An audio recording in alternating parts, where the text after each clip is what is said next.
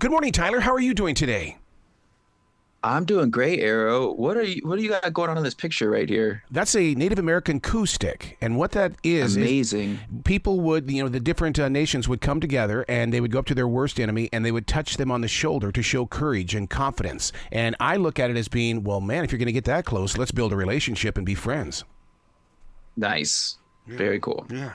Dude, I got to congratulate you on this because, a lot of people don't realize that podcasting started with authors. It wasn't the comedians. It wasn't the musicians. And I love the fact that you are pulling this book from your second season of that podcast. It shows the true connection and the roots of what this is all about. Well, that is actually news to me. I know very little about the history of podcasting, so I'm sure you could tell me more than I would know about it. Which authors? Well, it was just those that just wanted their voices to be heard. And I think that's what drew me to it back in 2012 was the fact that it was like, I have all of these things, but it's the voices in my head. How do I get them to somebody else? Yeah, that makes sense. I have always thought of it as radio, sort of a return to old school radio. Yeah, I totally agree with you on that. And people are, bringing it into their personal lives because of that, because it's content. It gives you something other than the same 12 classic rock songs. Yeah, and that's something that is really an issue for me. I get really used to a playlist. I can tell if I'm listening to a playlist and it's the same one every day. I can't do that for too long. But look at what you're doing with Cocaine and Rhinestone. I grew up a huge George Jones and Tammy Wynette fan. In my family, they were royalty. And then you release this book. I don't want to give it to my mom and dad, but then again, I do. You do want to give it to your mom and dad? I do, because I want them to know that that not everybody is perfect. Because they put them on that stool, and they thought they were the greatest thing that ever happened. Yes. So yes, a lot of the book is concerned with sort of getting into the specifics about how much of the story that was sold to fans was not actually true. Mm-hmm.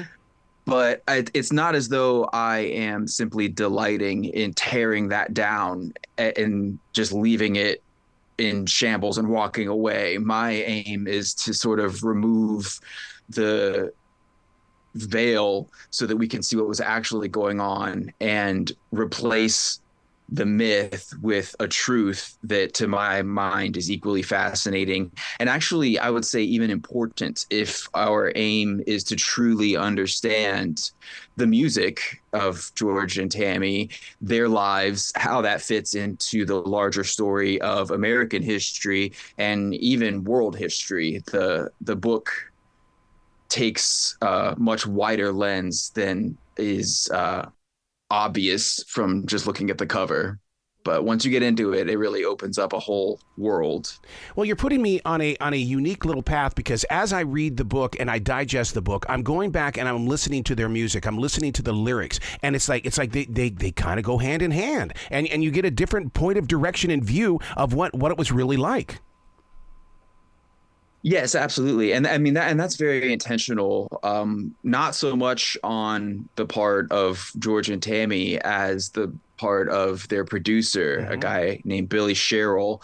He was sort of the Svengali or puppet master behind the scenes. He was working with a crew of professional songwriters in Nashville. And it's a small clique where they were all in this little club and, not a lot of outsiders were allowed in. And that enabled them to all work with the same strategy, sort of this playbook, which was if there's a big story that breaks about your artist, then we want to write a song that sounds like it could be this artist talking about this big story. When it's someone like George Jones, a lot of like famous troubles with addiction and substance abuse, if there's a song that we could write that seems to be about that, then it comes across as more real, to the audience. Or with Tammy Wynette, once she becomes involved with George Jones, well, he's clearly getting in trouble over here. So what would she feel like about that? So let's do that kind of a song. And then what's interesting is when you're looking at the singles, the ones that they were really pushing to sort of set the narrative, you get one idea. But then if you start digging around in album credits and seeing, okay, well, here's a song that was never a single, but Tammy Wynette is the writer of it. What's that song about? When did she write that? And then you're like, oh, wow, this is probably how she was really feeling at this time, even though that didn't become a huge part of the story. So I guess that's sort of an example of what I mean when I say once you get below the surface level of what they're telling you to look at, once you start looking around at all this other stuff, there's just as much fascinating material in the true version of what was really going on. Tyler, I call that hidden speak. As a daily writer, I believe hidden speak is where we really have our true emotions, and we don't want people to know what we're really thinking and how we're going to react. We put it in a different language, and other people get their own interpretation. And Tammy spoke of that in interviews. She would say that when she was writing a song, she would pretend that this stuff was happening to someone else.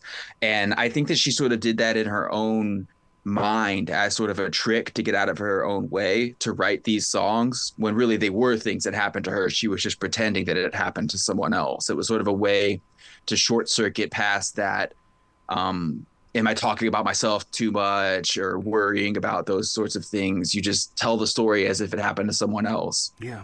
The song, She Thinks I Still Care, I still see that song as being social media before social media became cool.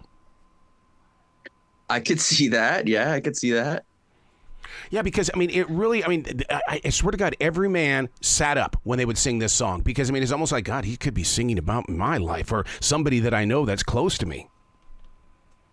Well, so that song is sort of the moment that George Jones became cemented in everyone's mind as, oh, this guy is clearly the best country singer on the planet right now. Like no one else is even close. And if you listen to his vocal performance on that song, you will hear why. It's I could spend a lot of time talking about his singing on that song, and I have. But I think he could have been singing about anything if he sang it like that, and everyone would have sat up and paid attention. But the fact that he was singing about what he was singing about really brought a lot of people online and connected them to his soul, kind of. I think that he really bared a lot of himself in that performance, and it's still very powerful and moving today. With his vocal stretching that he does in there, I mean, it always reminds me of John Lennon and how he was forced to kind of stretch his vocals as well. I've always wanted to know if George went in there on purpose and stretched things so that we could truly feel the inside of his soul. So that song was recorded within a few years of him coming from Texas, which was a lot of not bad, but make do studios. You know, it's not as if the sound quality was terrible. It just wasn't, the top of the line down in Texas. And then he goes up to Nashville, and we're talking state-of-the-art recording studios. He's working in studios that were built by a guy named Owen Bradley, who may have invented a lot of the things that we take for granted in modern recording studios to control sound waves and reflection and make everything sound good and that sort of stuff. So I think that once Jones came to Nashville is when he was really able to hear himself for the first time. So I think you're almost hearing a conversation he's having with himself, where he's hearing his voice and what it sounds like, and sort of, oh, well, what if I did this? And what if I did this? And can I push this even further than I thought? And yeah, I mean, I don't know if you sing, but if you're a singer, you get comfortable, and all of a sudden it's almost like you're not even the one doing it anymore. Right, that's right. You're sort of listening to it along with everyone else. And I think that's sort of what we're hearing there. Let me tell you about being a musician. When you go back to those songs that you left behind 2 and 3 years ago, and you go, why did what's the story on this? And it's almost like you've dropped a piece of yourself off, and that breadcrumb is the one that continues your journey.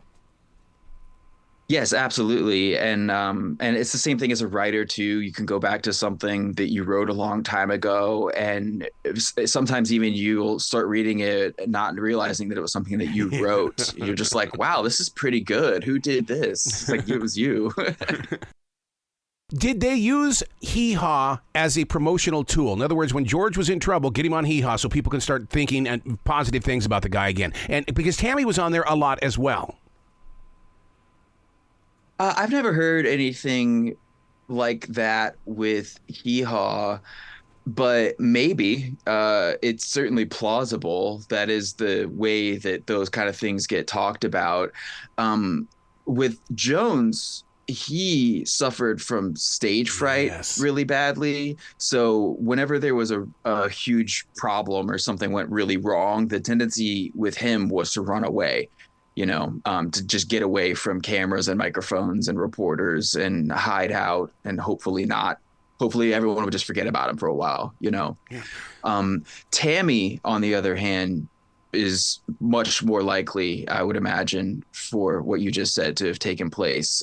Her approach seemed to be to try to do damage control, and do a bunch of interviews, which unfortunately had the tendency to achieve the opposite of its intended effect. It seemed like the more she talked, the more she got herself in trouble, because she would try to control the narrative and wind up saying things that were not true and were very easy for someone to just go verify what the truth actually was. And that eventually had a lot of negative effects on her career. A lot of her fans sort of felt lied to because they were being lied to. Yeah. Let's talk about that stage fright, because I have put a lot of time in studying the plan and the purpose of that, because even Carly Simon went through that. And the one thing that I'm learning is that stage fright is when you no longer believe in the character that you have become, and you want to change, but you don't because everybody else still wants George Jones. Do you think that he just did not want to be George Jones? That's a really great way to put that you just said. I may have said earlier, so I've done a lot of these interviews. My father had me on stage before I could read, so I've always been probably more comfortable with being on stage than most folks would be. But everything I know about stage fright, it does sound like what you just said is accurate, that it's so much of a fear of, I'm going to be found out. Everyone's going to know that I'm not supposed to be here. And yeah, I think with George Jones, it obviously wasn't a fear that he was going to go out there and be a bad singer. He was not an egotistical man, but he did know what he was capable of doing with his voice. I think that the issue with him is once he became really famous, and a lot of you start to realize that you're not in control of what people think about you, is essentially what happens when you get famous. And that's not to say that you're concerned that everyone's going to think negative things about you. With Jones, it seems like the concern was, all of these people think I'm a better person than I really am. All of these people think that because I can sing well, that I must be a great guy, and I'm not perfect, and that again, like that is also a bit of I could see how that could sound like a bit of a ridiculous thing to worry about. I'm not perfect. Everyone's going to find out I'm not perfect. But when you've got thousands of people in front of you projecting some ideal version of who you're supposed to be, the fear of not living up to that quite literally is crippling, and as we've seen with so many entertainers, and certainly with George Jones. I would love to know what he saw and how he spoke to himself in the mirror, because even if he's under the influence, or if he's just George, dry George, I mean, he had to have had conversations with himself in that mirror.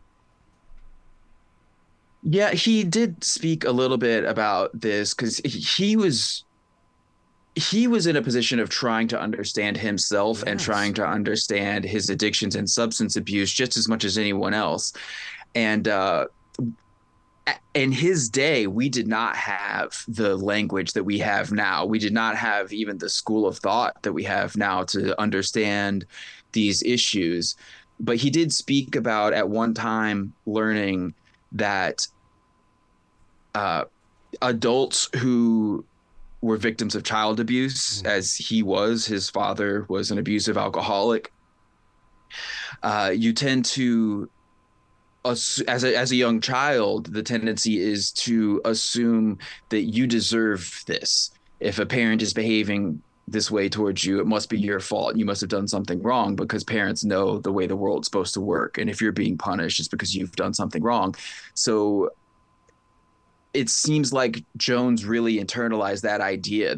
I'm broken. There's something wrong with me. Mm-hmm. And even if he didn't know what that was, he was just taking his father's word for it, you know? So that would be a compounding problem when it comes to what we were just speaking about, getting on stage in front of thousands of people. But they're going to find out I'm broken. They're going to find out there's something wrong with me. They're going to find out there was a reason that my father abused me. And it just all sort of tumbles in on itself. And I don't know how long it took him to sort of figure all of this stuff out for himself. It does seem like he eventually did. Part of his story is that redemption storyline where in old age, it does seem like he was able to sort of put a lot of those demons to bed and just sort of settle into being a regular guy. Wow. As a mobile DJ, I still play George Jones's music. And I think the reason why I do that is because I love to watch older people freak out in the way of, oh my God, he's playing George Jones. I mean, he still has an effect on people today.